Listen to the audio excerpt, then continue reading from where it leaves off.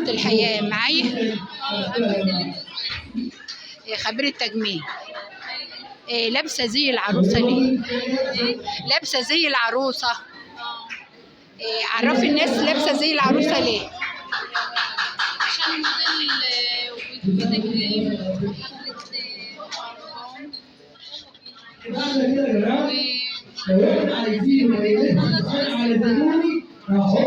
المؤتمر النهارده شغال وواعد.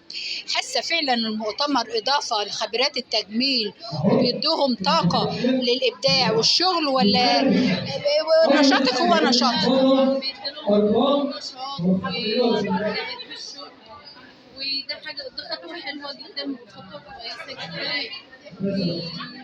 وأنصح الكل يكون معايا. تقولي للبنت اللي مقبلة على إن هي تتعلم المهنة ديت وتبحر فيها وتشتغل وتعمل منها مشاريع، تقولي لها إيه؟ البنت اللي مقبلة على شغلة الميك اب ارتست، المكياج، الموضة، وكل اللي يخص المرأة، تقولي لها إيه؟ أحب طبعا إن أنا أنصحها، ودي حاجة كويسة جدا وخطوة حلوة، وبجد يعني من كل قلبي هي حاجة كويسة، يعني مش حاجة وحشة ولا نندم عليها. احنا شايفين الزي بتاعك الفستان ما شاء الله. هو الموضة الوقت الفساتين.